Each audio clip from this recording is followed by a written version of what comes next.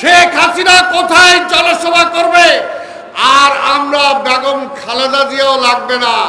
আমাদের নেতা তারেক রহমান মোবাইলের মাধ্যমে বক্তৃতা করবে, কাকে ডাক জনগণ কাকে চায়।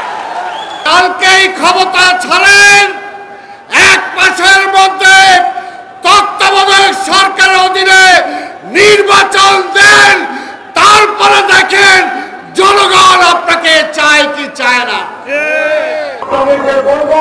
এই দেশকে তুমি বাঁচাতে চান, এই যে রিক্সাওয়ালা হয়ে আছেন, গরিব মানুষরা আছেন, ছোট ছোট ব্যবসায়ীরা আছেন, নিজেরা পেটে থাকতে হইলে পেটে যদি ভাত দিতে চান, ঘরে যদি কাপড় রাখতে চান, এমন আপনার ধর্মকর্ম যদি ঠিক মতো করতে চান, আওয়ামী লীগের ক্ষমতা থেকে নামানো ছাড়া কোনো বিকল্প নাই।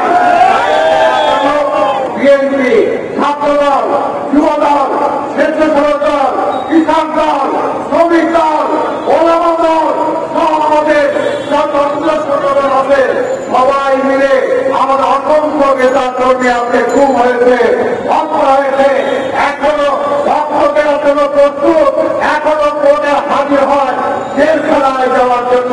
তাই বিএনপি আপনাদের সঙ্গে আছে। আসুন জনগণকে বলি, সবাই একসাথে নেমে আছেন, এই জুলুমবাজ সরকারের হাত থেকে এই দেশটাকে রক্ষা করি, গণতন্ত্রকে রক্ষা করি, ভোটের অধিকার রক্ষা করি।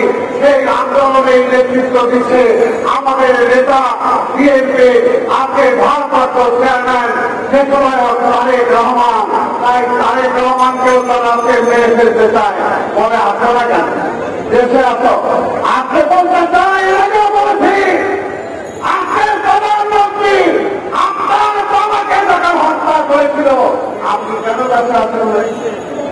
আপনার তো পাসপোর্ট আছিল, আপনার তো পাসপোর্ট ছিল, আপনি কেন দেশে আসেন না? তারেক রহমান পাসপোর্ট কাইয়া দিচ্ছেন, কাজে ওই সমস্ত কথা বললেন না।